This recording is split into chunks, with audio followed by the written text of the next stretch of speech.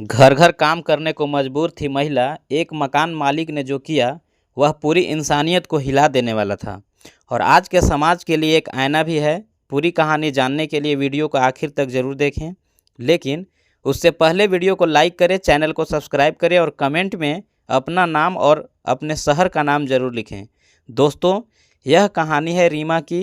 रीमा उम्र में मुश्किल से 25 बरस की एक साधारण सी महिला, लेकिन ज़िंदगी ने उसके साथ जो खेल खेला था वो किसी को भी तोड़ देने के लिए काफ़ी था।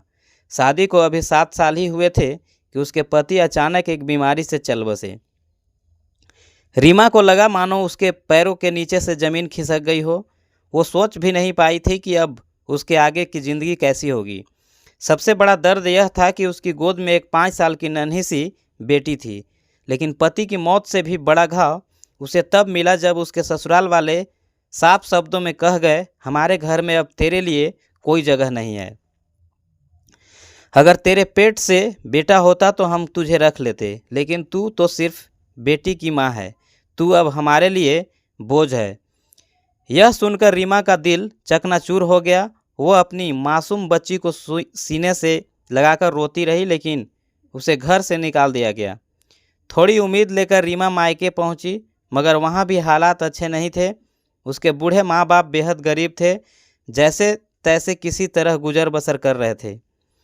ऊपर से भाई और भाभी का व्यवहार तो और भी कठोर था। भाभी ताना देती, कितने दिन और यहाँ पड़े रहोगी, हम पर क्यों बोझ बन रही हो, अपनी ज़िंदगी खुद संभालो। रीमा सुनती और चुपचाप आंसू पी जाती, मगर अंदर ही अंदर टूट रही थी। वह सोचने लगी, अगर मैं यहीं रही तो माँ बाप को तानों का सामना करना पड़ेगा। भाई भाभी तो बोझ ही समझते हैं, क्यों न मैं ही चुपचाप निकल जाऊं, किसी का बोझ ना बनूं। एक रात जब सब सो रहे थे, रीमा ने अपनी बेटी को गोद में उठाया और बिना कुछ कहे घर से निकल पड़ी। वह बस यही सोच रही थी कि चाहे जैसे भी हालात हो, लेकिन वह अपनी बच्ची को पाल कर दिखाएगी। कुछ दिन भटकने के बाद वह शहर पहुंची। वहां उसने एक छोटा सा कमरा किराए पर लिया और गुजारे के लिए घर घर काम करने लगी। सुबह से शाम तक वह बर्तन धोती, झाड़ू पोछा करती, कपड़े धोती और जो थोड़ा बहुत पैसा मिलता उसी से अपनी बेटी का पेट भरती। लेकिन यह काम आसान नहीं था। लोग उसे नीची निगाह से देखते, बच्चे कहते, अरे यह तो हमारी नौकरानी है। रीमा अपमान का घूंट पी जाती, लेकिन अपनी बेटे के लिए हर अपमान सह लेती। दिन गुजरते गए, पर जिंदगी की मुश्किलें कम होने का नाम नहीं ले रही थी। किराया चुकाना उसके लिए नामुमकिन हो रहा था। कई बार सोचना पड़ता कि अपनी बेटी के लिए दूध लाए या फिर मकान मालिक को किराया दें। इन्हीं हालात में एक दिन उसका मकान मालिक उसके कमरे में आया और बोला, बेटी अगर और काम की ज़रूरत हो तो मैं एक जगह जानता हूँ, एक अमीर आदमी है, उसके घर में नौकरानी की ज़रूरत है। तुम चाहो तो मैं वहाँ काम दिला सकता हूँ। रीमा ने उसकी आंखों में उम्मीद की किरण देखी।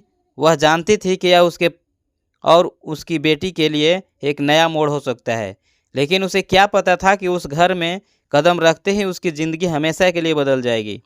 रीमा अपने मकान मालिक के साथ उस घर तक पहुंची। शहर की भीड़ भाड़ से हटकर एक बड़े और आलीशान मकान के सामने खड़ी होकर उसके कदम जैसे थम गए। दरवाजे के बाहर लंबा चौड़ा आंगन, ऊंची दीवारें और अंदर से आती सन्नाटे की गूंज, मानो यह घर अमीरी के साथ साथ वीरानी की भी दास्तां सुना रहा हो। कुछ पल बाद दरवाज़ा खुला।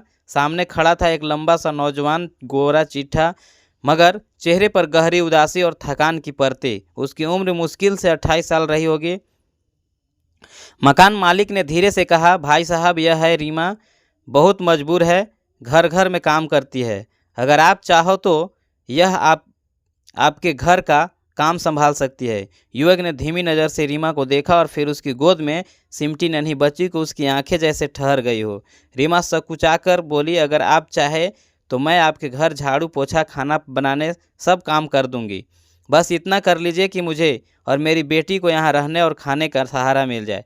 कुछ देर चुप रहने के बाद युवक ने दरवाज़ा पूरा खोलते हुए कहा, अंदर आइए। घर अंदर से बहुत बड़ा था, मगर हर जगह वीरानी फैली हुई थी। सोफे पर जमी धूल, बंद खिड़कियां, कोनों में बिखरे खिलौने और एक दीवार पर टंगी तस्वीर में युवक अपनी पत्नी और छोटी सी बेटी के साथ हंसता हुआ नजर आ रहा था।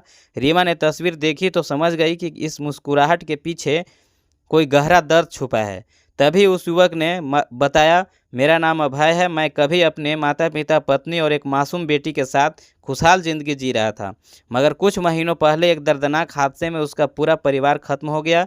सिर्फ वही अकेला जिंदा बचा है।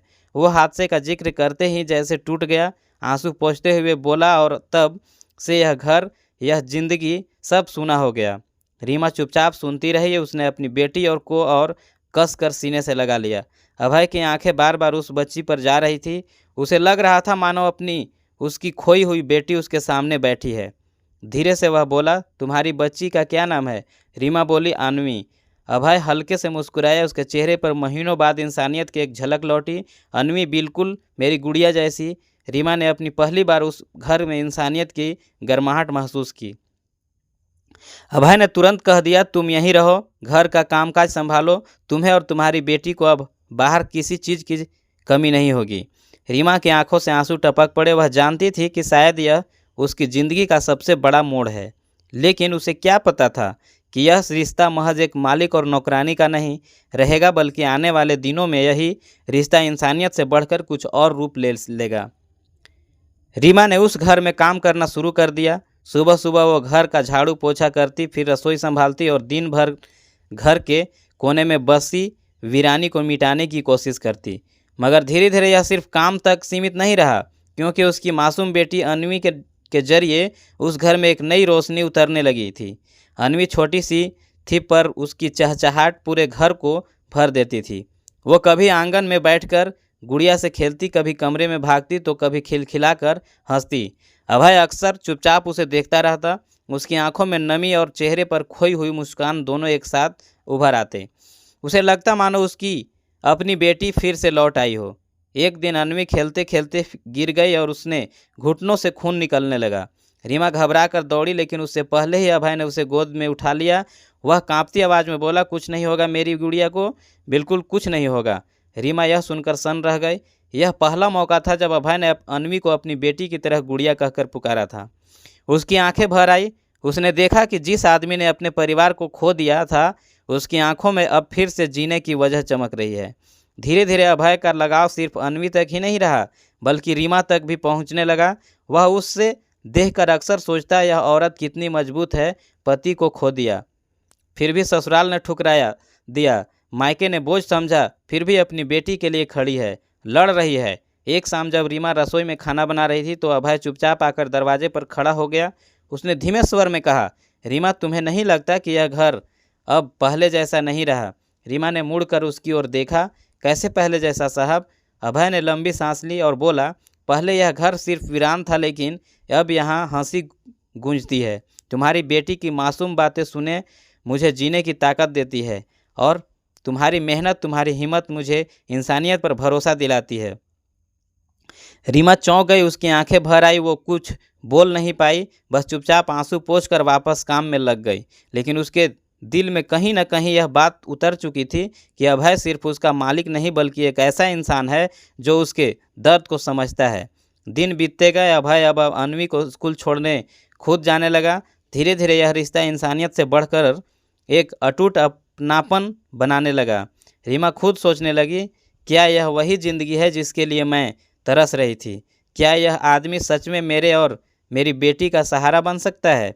वो नहीं जानती थी कि यह रिश्ता जल्द ही उसकी ज़िंदगी की सबसे बड़ी खुशखबरी बनने वाला है। कुछ महीनों में ही अब उस घर का माहौल बिल्कुल बदल चुका था।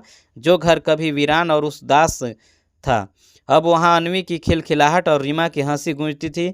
एक रात की बात है, अन्वी सो चुकी थी। रीमा कमरे में बैठी कपड़े पैक कर रही थी। अभय भी पास आकर बैठ गया। कुछ देर दोनों चुप रहे। फिर अभय ने धीरे से कहा, रीमा, क्या कभी तुम्हें नहीं लगता कि ज़िंदगी ने तुम्हारे साथ बहुत नाइंसाफ़ की है? रीमा ने आंखें झुका ली। हाँ साहब, कभी कभी लगता है, लेकिन फिर मैं अपनी बेटी का चेहरा देखती हूँ और सोचती हूँ कि अगर मैं हार गई तो उसकी दुनिया भी अंधेरी हो जाएगी। इसलिए मैं जी रही हूँ, सिर्फ उसके लिए। अभय के गले में शब्द अटक गए। उसकी आंखें भीग आई। वो धीरे से बोला, तुम्हें पता है, जब मैंने तुम्हारी बेटी को पहली बार देखा था तो लगा मानो मेरी अपनी गुड़िया लौट आई हो।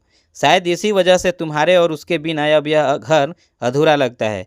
रीमा ने चौंक कर उसकी ओर देखा। उसकी आंखों में पहली बार एक ऐसी नमी थी जो दर्द से नहीं अपनापन से भरी हुई थी। धीरे धीरे उनके बीच की दूरियां मिटने लगी। अभय अब केवल मालिक नहीं रहा, वह अन्वी के लिए पिता जैसा बन गया। सुबह उसे स्कूल छोड़ने जाना, शाम को उसे खिलौने दिलाना, कभी कभी गोद में उठाकर झुलाना, सब देखने वालों को यही लगता कि यह उसकी ही बेटी है। रीमा यह सब देखकर भावुक हो जाती। वह अक्सर सोचती क्या भगवान ने मेरे जीवन में यह आदमी एक फरिश्ते की तरह भेजा है। इसी बीच एक दिन रीमा बीमार पड़ गई। तेज बुखार से उसका शरीर कांप रहा था। अभय ने उन्हें पूरी दिन घर का काम खुद संभाला। वो रीमा के सिर पर ठंडी पट्टी रखता, दवा देता और बार बार कहता, अब तुम्हें किसी भी तकलीफ का अकेले सामना नहीं करना पड़ेगा। रीमा की आंखों से आंसू निकल पड़े। उसने कांपते स्वर में कहा, आपने जो मेरे और मेरी बेटी के लिए किया है वह मैं जिंदगी भर नहीं भूल पाऊंगी। अभय ने उसकी ओर गहरी नज़र से देखा और धीमे स्वर में बोला, रीमा, मैंने सिर्फ इंसानियत नहीं निभाई, शायद यह अब इंसानियत से आगे बढ़ चुका है। मैं तुम्हारे बिना खुद को अधूरा महसूस करता हूँ। रीमा का दिल जोर से धड़कने लगा। वह समझ गई कि यह रिश्ता अब नया मोड़ लेने वाला है। समय धीरे धीरे बीत रहा था। अब वह घर की सिर्फ 4 दीवारों का मकान नहीं बल्कि एक परिवार की तरह लगने लगा था। अन्वी हंसती खेलती और अभय उसे गोद में उठाकर झुलाता तो रीमा की आंखें भर आती। उसे लगता मेरी बेटी को वह पिता का सहारा मिल गया जिसकी कमी मैंने अपने पति के गुजरने के बाद हमेशा महसूस की थी। एक दिन शाम को रीमा मंदिर से लौट रही थी। हाथ में फूल और माथे पर हल्का चंदन लगा हुआ था। अभय ने उसे देखा और अचानक बोल पड़ा, रीमा, अगर मैं कहूँ कि यह घर अब सिर्फ मेरा नहीं बल्कि तुम्हारा भी है तो क्या तुम इस घर की मालकिन बनकर रहोगी? रीमा ठिठक गई। उसके कानों को विश्वास ही नहीं हुआ। साहब, आप क्या कह रहे हैं? मैं तो बस एक नौकरानी हूँ। आप जैसे अमीर लोगों के लायक कहाँ? अभय ने उसका हाथ थाम लिया। नौकरानी नहीं रीमा, तुम मेरे टूटे हुए घर की रौनक हो, मेरी ज़िंदगी की खालीपन को भर देने वाली हो और तुम्हारी बेटी को अब मेरी भी बेटी है। मैं चाहता हूँ कि हम तीनों एक परिवार की तरह रहें। रीमा की आंखों से आंसू की धारा बह निकली। उसे याद आया जब पति मरा था तो ससुराल वालों ने ठुकरा दिया, मायके वालों ने बोझ कहा, भाई भाभी ने ताने दिए, लेकिन आज वही रीमा किसी के लिए सबसे बड़ी ज़रूरत बन चुकी थी। कुछ ही दिनों बाद मोहल्ले के मंदिर में सादे तरीके से शादी हुई। रीमा ने हल्की लाल साड़ी पहनी थी और अभय ने साधारण कुर्ता। मंडप में जब पंडित जी ने 7 फेरे पूरे कराए तो अन्वी ने खिलखिलाकर कहा, पापा। अभय के चेहरे पर आंसू और मुस्कान दोनों थे। उसने बच्ची को सीने से लगा लिया और बोला, हाँ मेरी गुड़िया, आज से मैं सचमुच तुम्हारा पापा हूँ। मंदिर में खड़े लोग यह दृश्य देखकर भावुक हो चुके थे। जिस महिला को कभी बोझ कहा गया था आज वही किसी की ज़िंदगी बन गई थी। दोस्तों, यह कहानी सिर्फ रीमा की नहीं है, यह उन सभी औरतों की कहानी है जिन्हें हालात ठुकरा देते हैं लेकिन इंसानियत का एक छोटा सा हाथ उन्हें नई ज़िंदगी दे सकता है। अब आपसे एक सवाल, अगर आपके मायने सामने कोई ऐसी महिला आए जो बेसहारा हो, छोटी बच्ची के साथ भूख और मजबूरी में हो, तो क्या आप भी उसके लिए इंसानियत का हाथ बढ़ाएंगे? कमेंट में ज़रूर बताइएगा। और हाँ, अगर यह कहानी आपके दिल को छू गई हो तो वीडियो को लाइक करें, चैनल कमलेश रियल वॉइस को सब्सक्राइब करें और अपने दोस्तों के साथ ज़रूर शेयर करें। मिलते हैं अगली कहानी में। तब तक अपने रिश्तों की कद्र कीजिए और इंसानियत को ज़िंदा रखिए। जय हिंद, जय भारत।